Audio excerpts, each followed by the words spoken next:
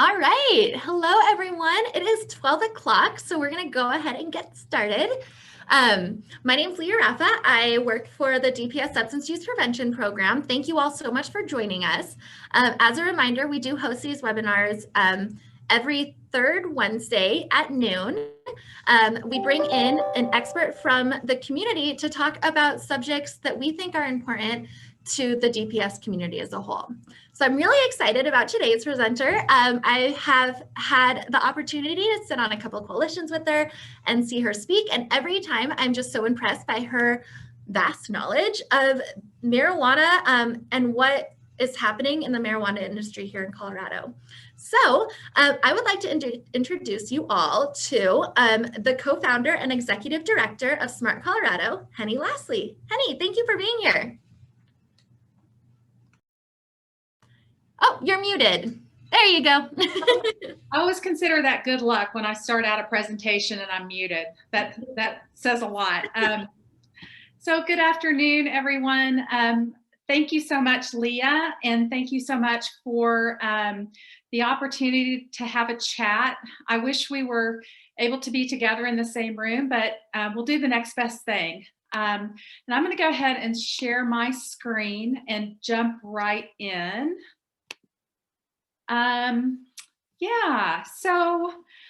As Leah mentioned, I'm one of the co-founders and now executive director of an organization called Smart Colorado. Smart Colorado formed after Colorado voters passed Amendment 64, which legalized and allowed for the commercialization of marijuana in our state. We did this for several reasons, and I'm just going to run through some of those really quickly. We are a group of citizens that really stepped up after Colorado legalized recreational marijuana for adults. And we did it mainly, and really the sole reason we did it was because when then Governor Hickenlooper set up the regulatory committees to form the regulation and laws around Amendment 64, the ranking and protection of kids was ranked last with the committee. And there was a group of concerned citizens, primarily moms at the time, that just said, you know what, that's just not okay. Colorado was the first in the country to do it. And kids need to be considered when it's time to put regulations in place. Again, our sole focus is really to minimize the unintended consequences and the risk to kids.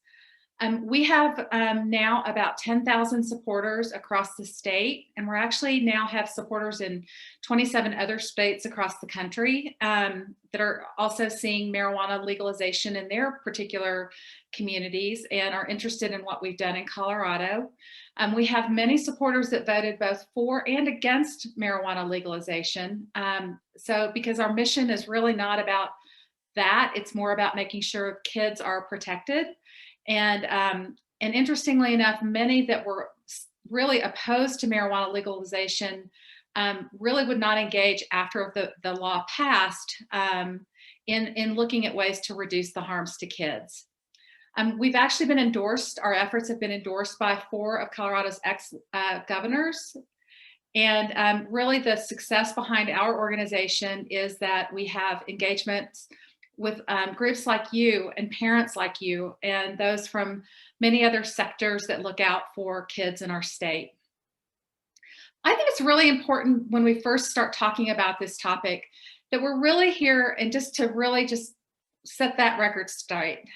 We're here to talk about kids, and we're here to talk about the impacts of marijuana and marijuana product use on kids. Our time together today is really not to talk about the pros and cons of what Colorado did or didn't do.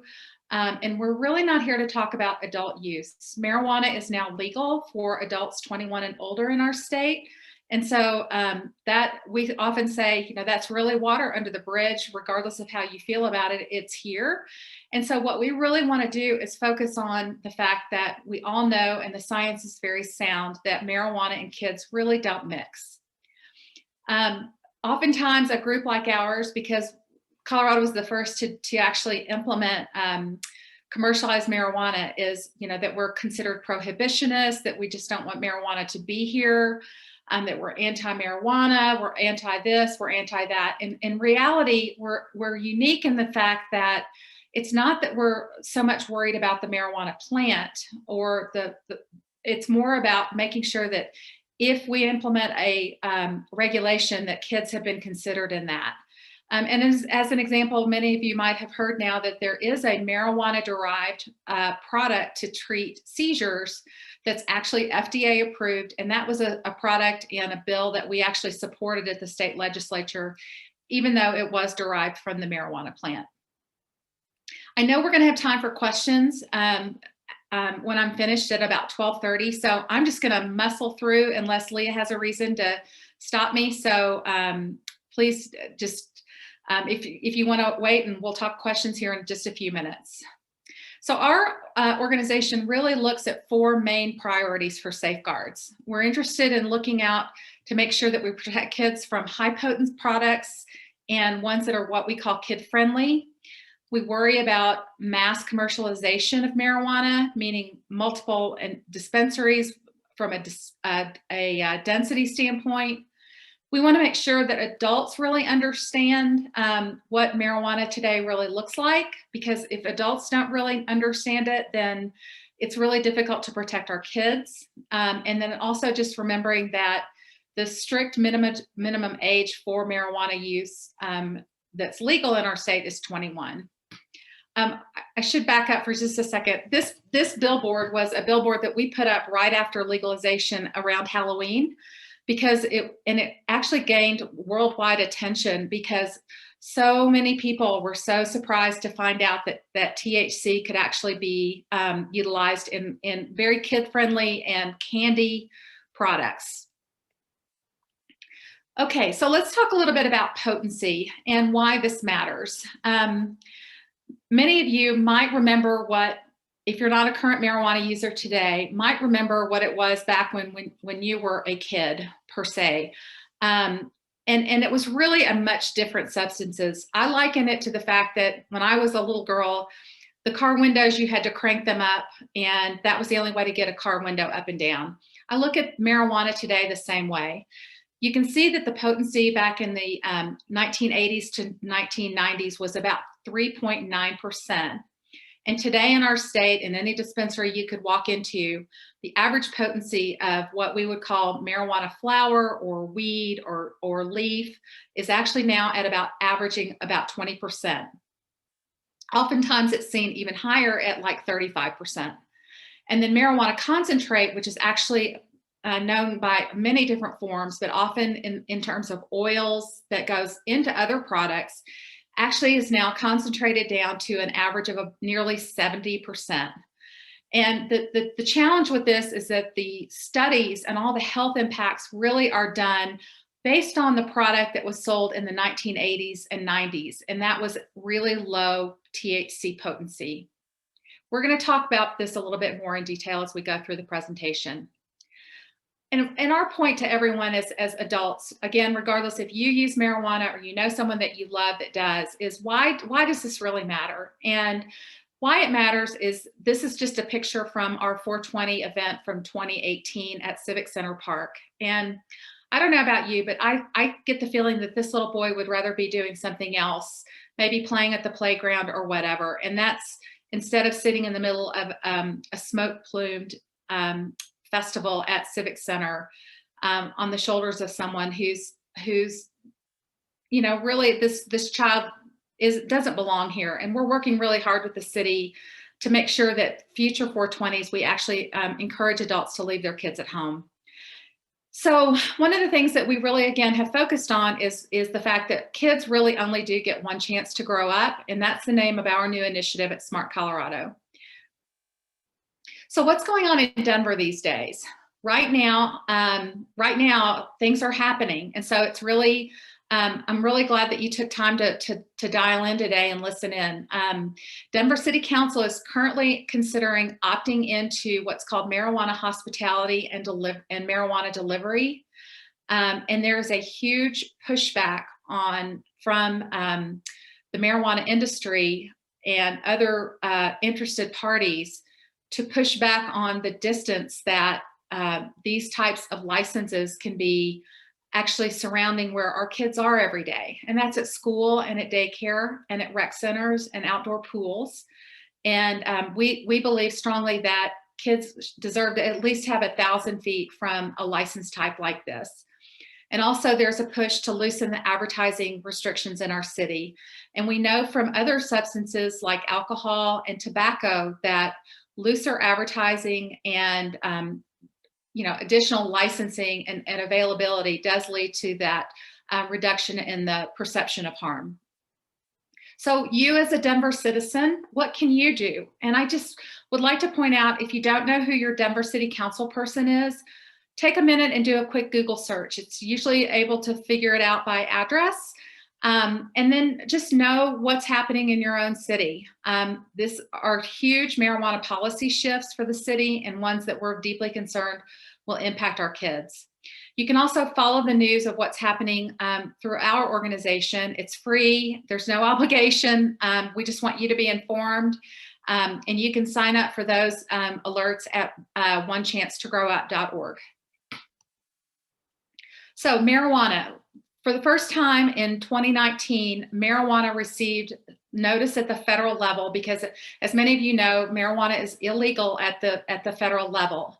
And since the 1980s, the federal government really has not spoken up from a health perspective. And so in 2019, former Surgeon General Dr. Jerome Adams did speak up about the disconnect and concerns about the rise in THC potency, the rise in marijuana use, and concerns about health risks around adolescence and during pregnancy. So this was a big step forward, even though the product is still considered illegal at the federal level, that the US government is paying attention to making sure that we are doing what we can to protect those communities that do have it. So policy matters. And one of the things that's really very misunderstanding about what does legalization really mean. And what's important here is that the decriminalization is something that we've had in Denver for a long, long time, that it was never going to be a criminal offense for a small amount of possession. And so there's just big differences between when you decriminalize a substance and then also considering the important criminal justice reforms that are currently taking place now are super important. But there's a big difference between the legalization and then the full-blown commercialization, where it becomes a profit-driven industry and sold for profit. So that's just an important policy distinction that I wanted to make with you this afternoon. This is a map of our city, and it's quite difficult to read. I apologize. But what we did was we asked the city to overlay the concentration of marijuana businesses in our city. And as you typically know, this is called the inverted L, where communities that are vulnerable to begin with have been oversaturated really quite heavily with the marijuana licenses, both from a dispensary, cultivation, manufacturing standpoint. And so it's important to see that neighborhoods that are already considered disproportionately impacted have now even a bigger problem because of additional dispensaries. In our state, we have more marijuana dispensaries, both on the retail and on the medical side, than we do McDonald's and Starbucks combined. We have no limits on the number of licenses that can be issued. What we do have is different communities across our state do have the right to opt out of marijuana commercialization. Denver did not. Denver has been one of the leaders on policies that do continue to commercialize marijuana. I'm going to talk for just a minute about the medical marijuana registry. And the reason why this is important, I think especially to parents, is because of the fact that you can obtain a medical marijuana license between the ages of 18 and 20 without that involvement of a parent. And so An 18-year-old who could be quite easily a senior in high school can go get a medical card, and the top condition by which that age group can walk in and say, I need a medical card or I need medical marijuana is severe pain. And as we know, unfortunately, pain is not something that's measured like, for example, diabetes. And so it's becomes rather subjective. And I think it's just important that parents understand that the same products that are sold in the recreational market are sold in the medical market. And because of no parental consent, it really is a way around the 21 and above age limit for recreational marijuana. You can possess twice as much, and it's actually cheaper because the tax structure is cheaper for medical marijuana than it is for recreational marijuana. And we did a little research, and in Denver proper, there are between 500 and 700, the state would not release the exact number, of individuals between 18 and 20 that do have a medical marijuana card. It's an important distinction between those 18 and under, and there are only 271 kids that are on the medical registry, and the top condition for that are actual brain seizures or a seizure disorder, sometimes known as epilepsy.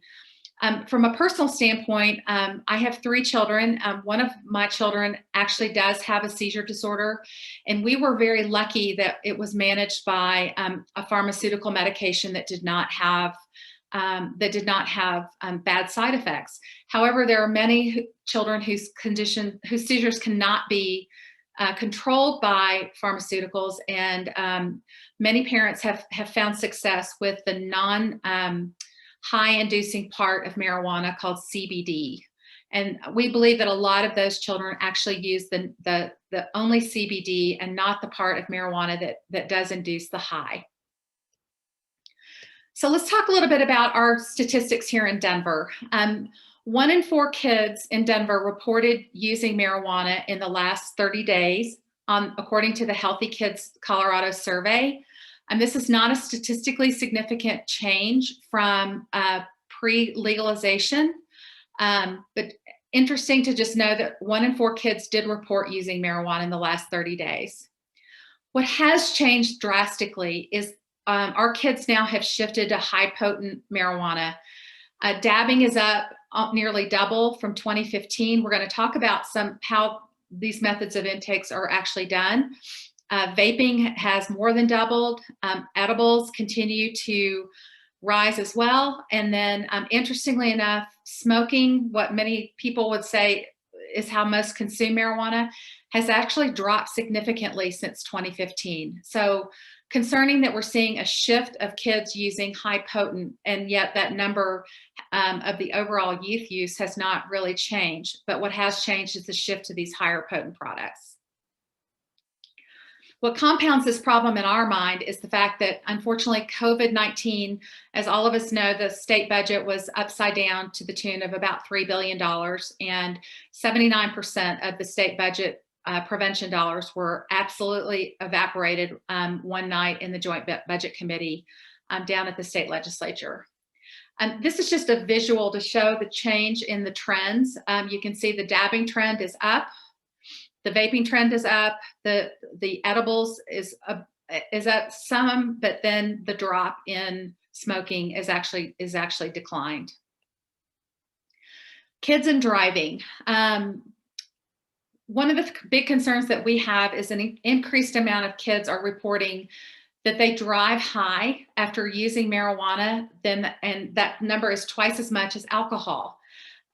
So we've done a great job on educating kids about don't drink and drive, but now we have a new problem in front of us, and that's that kids really do think that marijuana is safer than alcohol.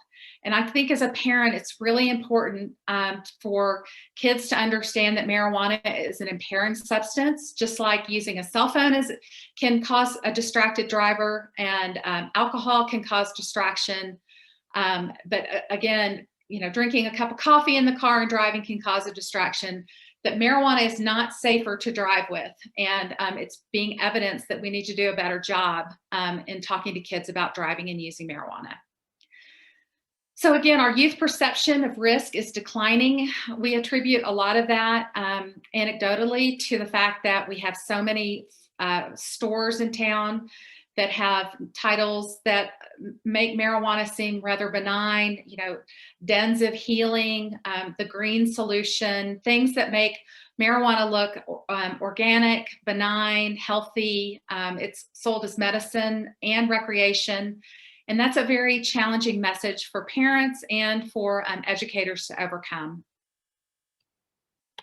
Oopsie. Let me see why I'm not advancing. Okay, some of the health impacts. So kids that dab and vape really concentrated THC are actually doing that at a rate almost 3 times higher than adults in our state. Again, going back to the fact that the methods of intake has really changed. And what's really concerning about that is that we are now knowing that science is proving up that the higher the concentration of THC really does increase the chances for severe psychiatric disorders such as schizophrenia, marijuana-induced psychosis, and generalized anxiety. And the science is becoming very clear that there are direct links to that. And sadly, 93% of the products in our state are considered high potent by our state health department. Our labeling on our marijuana products really have not proven that they've been adequate. They've actually report that they're not adequately studied or have they been proven safe. So our kids are a little bit worrisome right now. We have the second highest youth use in the country. Our teen vaping rate is twice as high as the national average. Again, we're using really high potent pot in our state. Marijuana emergency room visits are up for adolescents, and many are being evaluated for mental health conditions. And more babies are born with THC in their system than they were back in like 2014. And this is concerning. And many of them are many of these mothers are young that have now had babies that were unintended pregnancies, and they tend to use more than say a woman who had a planned pregnancy. And so that's deeply concerning as well because of the impact to the fetal development. So a lot of what we do at Smart Colorado really is to ask the questions and get people to think and do some research and talk to their physicians and their educators. And these are some of the messaging that we've done across our state, which is, you know, really trying to raise awareness around today's potency. And is it considered a hard drug? And in the Netherlands, anything over 10% is considered a hard drug. Now, why some of this matters? Again, I mentioned earlier that the studies on THC potency were done at lower rates. And even at those lower rates, we know that there are concerns about adolescent brain development with learning, memory, math, and reading skills. We know that it can be associated with the failure to graduate from high school or finish college. We talked a little bit about the mental health impacts, such as paranoia, delusions, and hallucinations. The good news is that and 1 in 6 adolescents can become addicted, and but once the child has gone into treatment, it can actually reduce, and their brain can recover and improve, and see some benefits on mental health outcomes. So some good news. On the Healthy Kids Colorado survey, fewer kids did report that they had gotten their marijuana from adults than that had in the past. This is good. And again, I think the messaging is getting out to adults that even though marijuana is sold both as medicine and recreation, that doesn't make it right for kids to be able to use it or to receive it from adults. Fewer kids found it less easy to get their marijuana. And students are actually seeing an additional risk about using marijuana. So I think a lot of our prevention messaging is getting in place from our schools.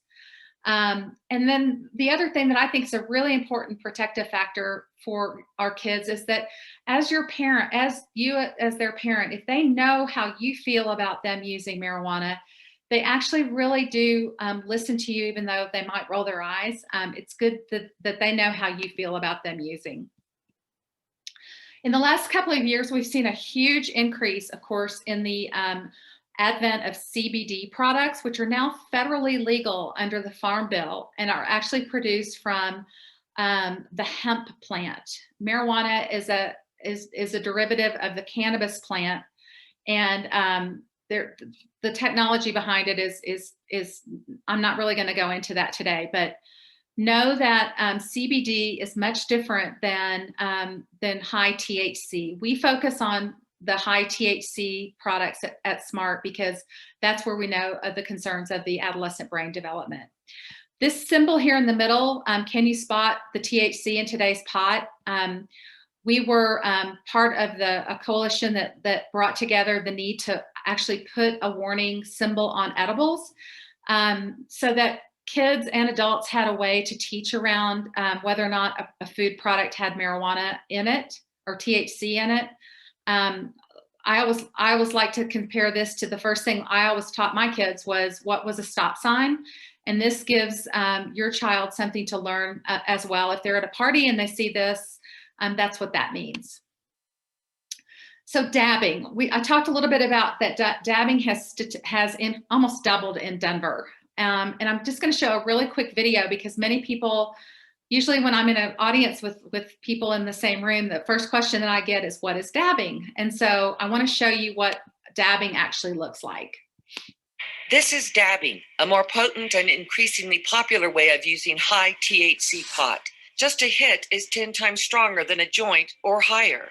So popular, it's hard to keep up with the nicknames. Honey, honeycomb, shatter, butter. The dab is the gooey or hard substance placed in the glass, then lit with a butane torch.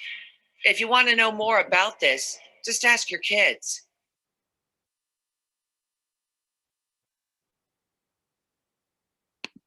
This is dabbing. So dabbing is, again, very concerning because it needs a very high heat source, and it really does deliver a very, very, very concentrated amount of THC. And if you want to talk to your kids about it, I recommend that you do. Some of the subliminal messages that are happening in our community today is you might see that you'll see I'm sure many of you have heard of 420. Now there's a festival called 710. And if you actually look at 710, it's actually oil spelled upside down and backwards. And that is a reference to marijuana oil. And I wanted just to point out that I personally drove by this sign for 4 years before I realized that the 710 festival was one that was advertising and celebrating marijuana oil. And this was directly across from a Metro middle school. I had a chat with the State Department of Transportation, and they were willing and able to take that down because many children might know it, but adults don't.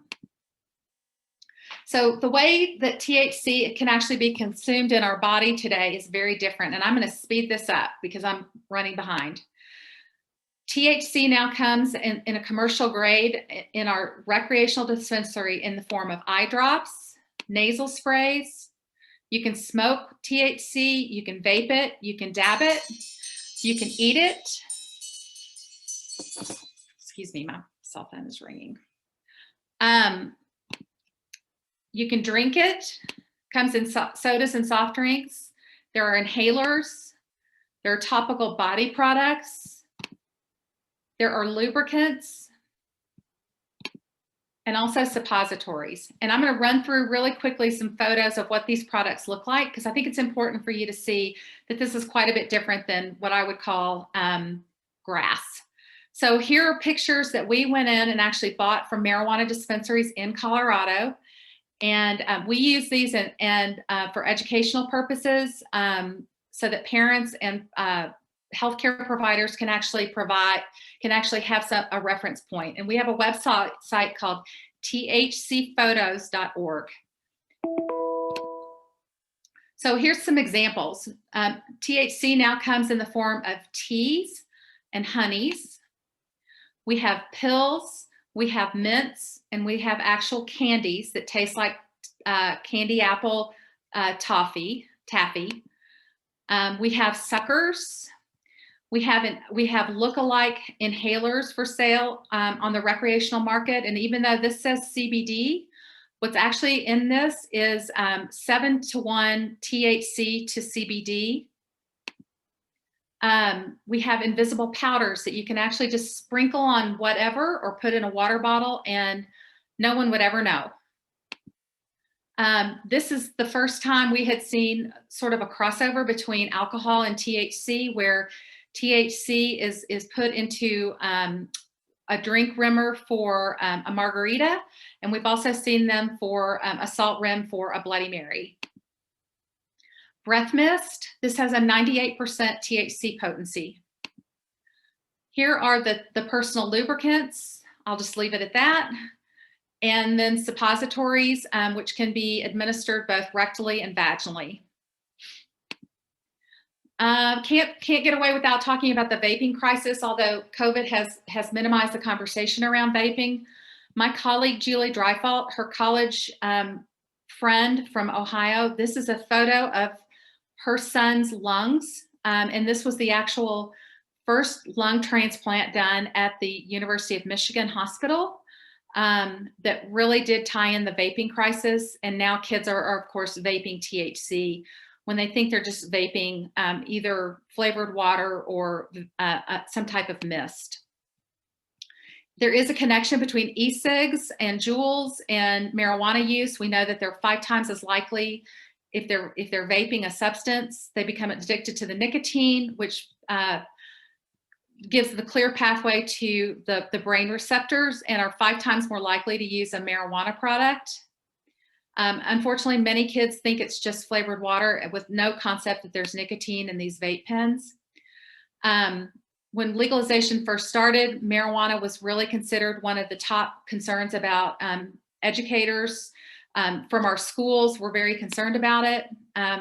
Many, including DPS parents, and Cherry Creek parents, talked about, you know, we were supposed to get all this marijuana money in our schools. Well, where is it? And the superintendent from Cherry Creek came out and just said the only thing that he feels like has brought marijuana into the schools was more marijuana. I'm going to talk briefly about what we've seen with respect to teen suicide in our state. We have a pretty high suicide rate in our state. And it's actually increased quite a bit in the last few years. I just want to point out that the #1 substance found in these kids that die by suicide in their toxicology during their autopsies is THC. And there's no causation or correlation that we can make at this time, but we find it concerning that that is the #1 substance. I'm going to skip that slide. If you are a Rocky Mountain PBS person, I encourage you to go and look at John Ferrugia's specials about the state of high. It really does give an amazing story about some of to really dispel some of the misperceptions that there have been no harms caused by THC in our state. This young man took his life at 23, and he journaled his path, and it all went south when he began dabbing high potent THC. I know Dr. Thurstone spoke to your group last fall. I think the world of Chris Thurstone. He is head of psychiatry at Denver Health. And he does list out what we call his top 10. I'll spend just a couple of minutes on this because I could never pretend to be a Chris Thurstone, but his point really is it's okay to tell kids what you think about marijuana use for them, and it's okay to be their parent and really hold them accountable and be part of the family unit, and to really have good listening ears so that your kids will really talk to you. So what can you do? Again, I mentioned that you can sign up with us to get free, timely updates as to what's happening around marijuana policy in our state and also in our city. Get to know what's happening in your community. Get involved in your RNO. Get involved in your PTA. ask questions, talk to the people that you elect and who you vote for about how they feel about protecting kids in our city and state. Unfortunately, with the budget crisis that's happened, marijuana tax revenues are being thought of to solve everything. And to be honest with you, we know that won't be, we know that's not the solution. And then talking to your kids about the harms of today's marijuana and that their brains are still not formed and they deserve to wait until they're an adult to make that decision for themselves, as opposed to having their brain hijacked by a substance. And that's really all I have, except to let you know how much I appreciate your time and your willingness to step in and listen. And if you have questions for us, or we can ever come and help do anything for you, please let us know. You can reach out to us at info@smartcolorado.org. And that's the end of my presentation. And with that, I will stop my screen share, Leah. I'm muted. Sorry. That was so great. Thank you so much. We do have a couple of questions. So the first one is, if the new law passes that allows marijuana to be delivered, how will age be verified? That's a great question. And the driver is supposed to have the state-of-the-art technology to do a validation of a government-issued ID. And so that's the plan. That's the current plan. And right now, delivery is not allowed. Even if you have a medical card and say you're 18 years old, the state law prohibits marijuana delivery under the age of 21. Thank you. Next question. How do police regulate driving under the influence of marijuana? It's really hard. That's a great question. There's no test per se, like a roadside sobriety test for alcohol. There's no breathalyzer that can be done. And so the state has actually spent a lot of money doing what's called drug recognition by training of law enforcement. However, if someone is arrested for driving under the influence, and then they grant the permission to do a blood screen, that is the point when THC can be discovered in the system of the driver. Wonderful. Thank you. Sure. Okay, next question. Many parents hold the belief that marijuana is no big deal. How do we get the word out and educate others about the risks? Well, you are the best voice right here, and for taking all the parents that took time and trusted adults that took time to come and learn about today's marijuana. That is probably the biggest challenge that we face as parents, is that we often go back to what we think from when we were perhaps younger, without really keeping up with what today's marijuana and what today's marijuana products actually look like. There's some really great resources out there. I'm sure at DPS you also have resources for parents. We have parent resources on One Chance to Grow Up. Be sure to talk to your pediatrician. Talk to your friends, talk to your neighbors, and let them know that really the messaging around that marijuana is no big deal is really a fallacy. It's really important that we know, especially around the adolescent brain development, that marijuana is not good for kids' brains. It's just not good for kids' brains. And not all kids are going to suffer, but the ones that do really do suffer severely. And as I've listened to some psychiatrists in the last couple of years talk, and that when they see a kid that has a marijuana-induced psychosis, for me to hear in their voice that they say something to the effect of, "I'm not sure if this kid's going to come back from that," is a deeply concerning, serious impact of marijuana use, especially high potent pot. And these are docs that are saying it. Thank you. And yeah, I also do want to point out that our program is more than happy to come out to any school and talk a little bit more about talking to your kids about alcohol, marijuana, and other drugs. So I just put my email in the chat, so feel free to reach out to me. The next question, will lotions and oils for your skin give you the high feelings? So that feeling of psychosis, or sorry, not psychosis, feeling. Well, what I have found when I go shopping, which I do a lot of in dispensaries, because the state doesn't have like an organized, well, they don't have like a website that really describes all these products, is that THC is not often found in the lotions. And so because it's a subdermal application versus sublingual, that a CBD lotion is not going to make you feel high. So, I mean, CBD is sold at Walgreens or King Soopers every day. And those are products that are derived from the hemp plant. So again, like everything else, we have to read labels and make sure, but you'll see THC in some products, but I don't really quite understand why, because I don't believe that you can get the same, it's such a different way of absorption that I don't believe that there's much of a high, but don't quote me. I want to be sure I'm accurate. So. Thank you. Next question. How do you suggest that we handle when our kids ask about our own marijuana use?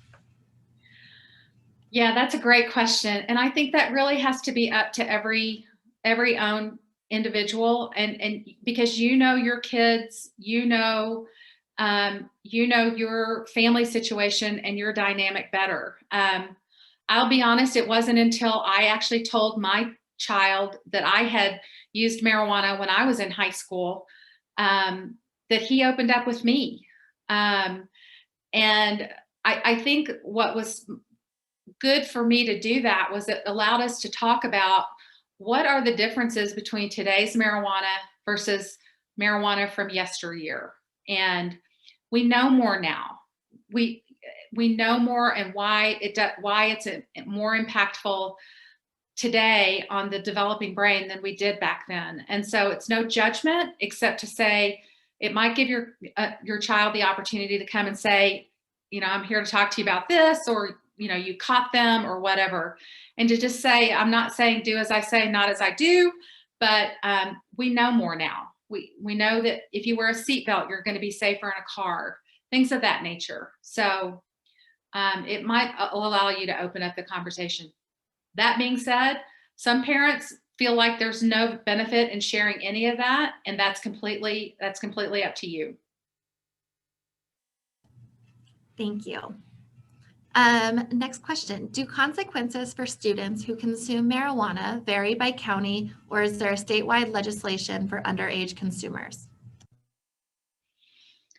That is a great question. And I honestly, I don't know the best answer to that, except I will say that there has been, I would say overall, an effort to not criminalize children for marijuana use or small marijuana possessions, to where it becomes a lifelong chain of events. And I apologize. I should know the answer to that question, but I think it does vary a lot by district.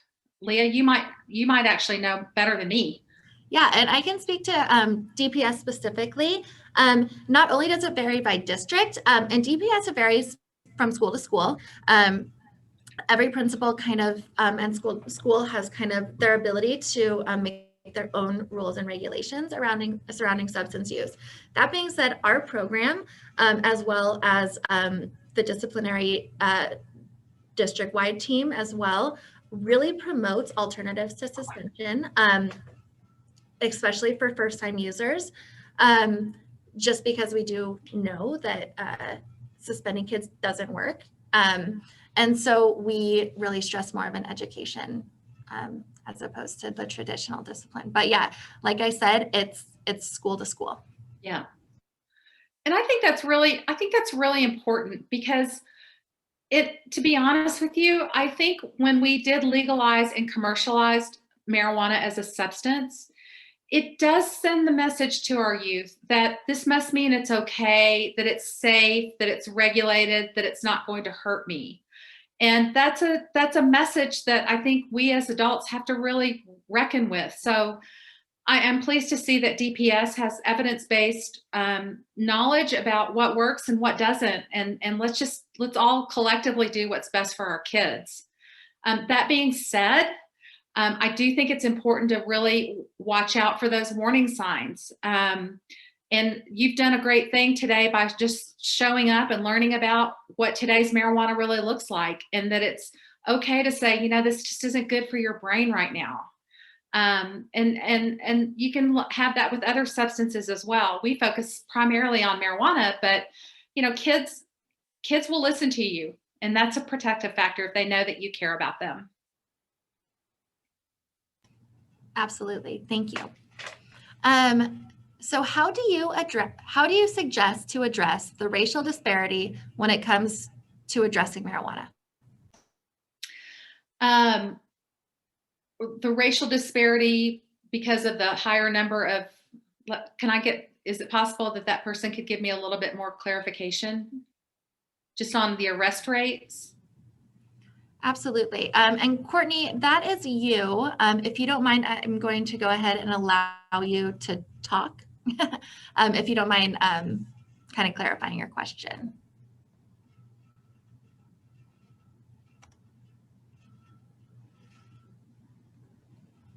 Oh, I'm so sorry. It isn't allowing me to allow you to talk. If you don't mind clarifying that in the chat, and we will come back to that question.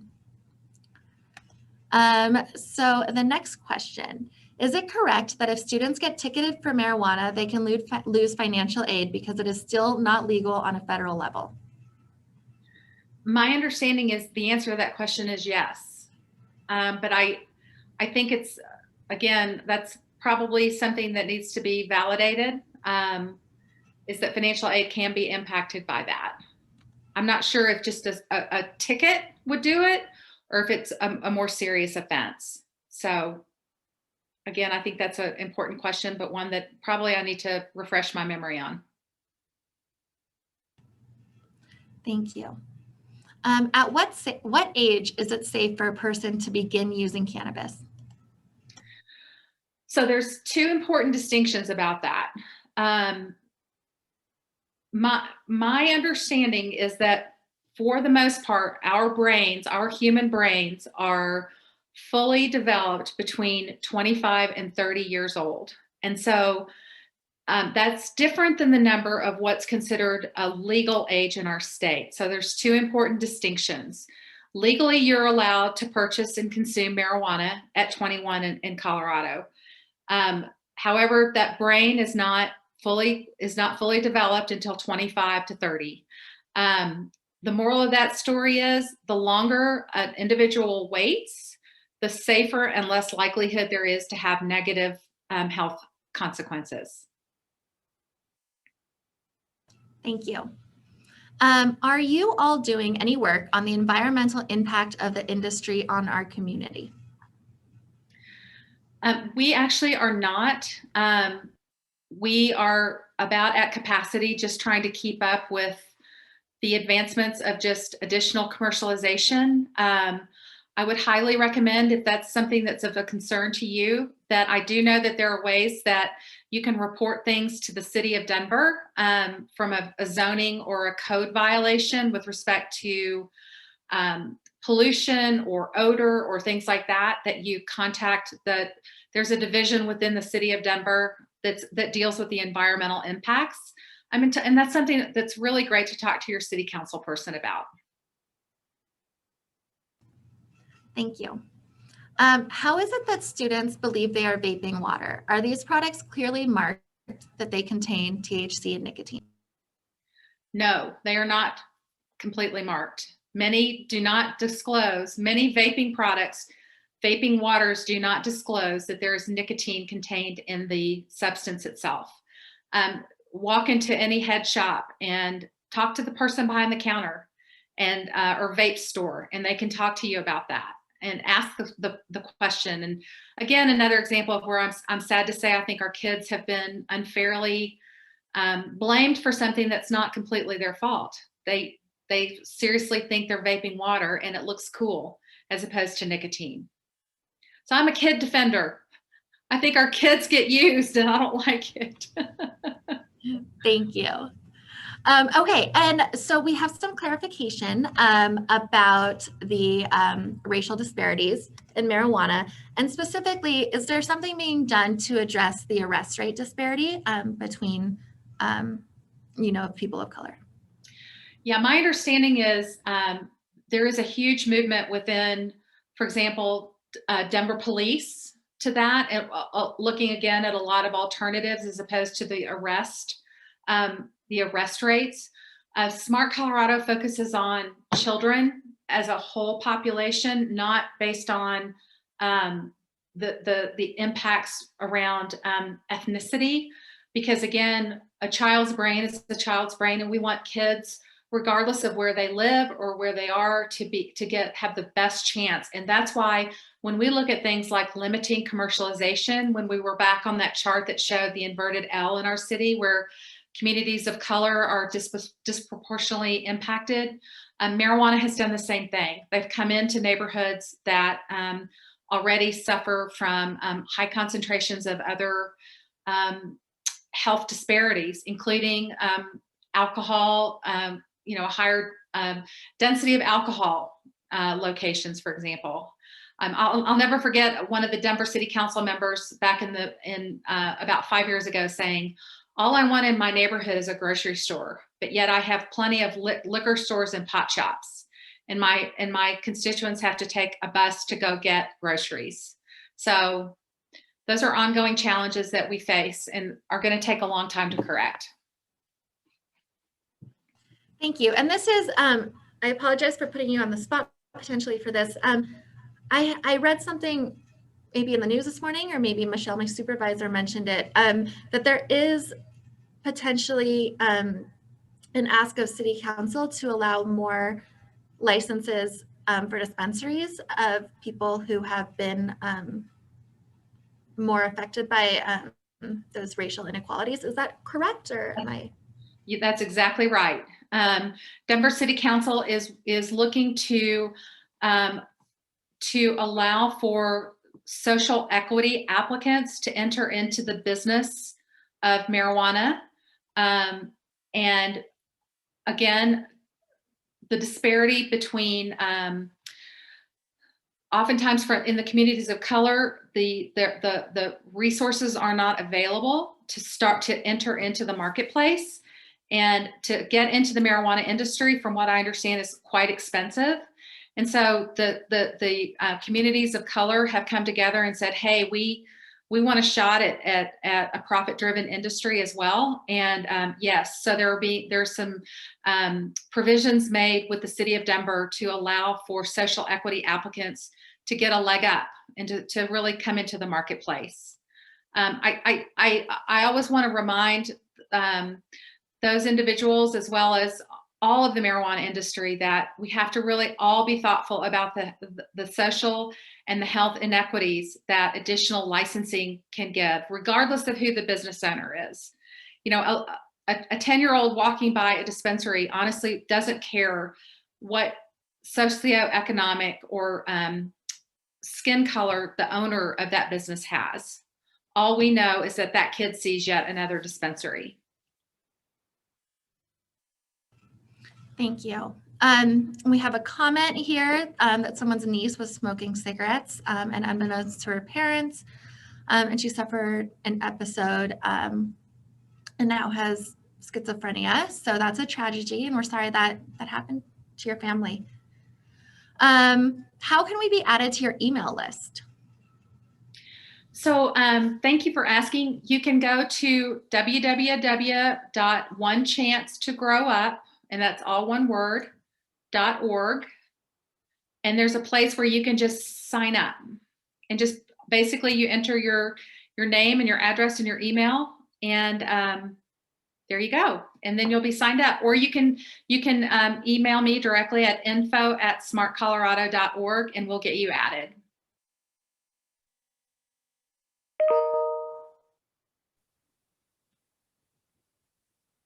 Awesome. Leah's computer's frozen, so I'm going to jump on here for her. I think we only have a few more.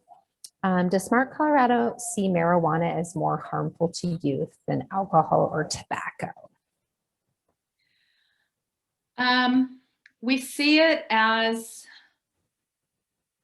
it's a tough question. We don't really focus on the other substances, and it's not a question of like ranking what's more harmful or less harmful. All we're saying is, as an organization, because Colorado was the first in the world to set up a commercialized industry for marijuana, that our kids and our families and communities deserve to know and understand what that really means and what that really looks like. And so we have left the prevention and discussion about tobacco and alcohol to other organizations that have been around doing this a lot longer than we have, if that's a fair answer. Absolutely. And then I think we're wrapping up here. There was just one more clarification. The comment before was about cigarettes, which is a blunt laced with PCP. I don't know if you're familiar with that, honey. I'm not familiar, except I know that PCP is an illegal substance. It's probably a black market substance. And that is tragic beyond belief. And as we've all heard recently of opioids that are being cut with fentanyl in the black markets, it's just like, you just want to say to these kids, don't take anything that you don't know where it came from. And so that's a real challenge. It's a real challenge because it could be really a matter of life or death or life-changing experience.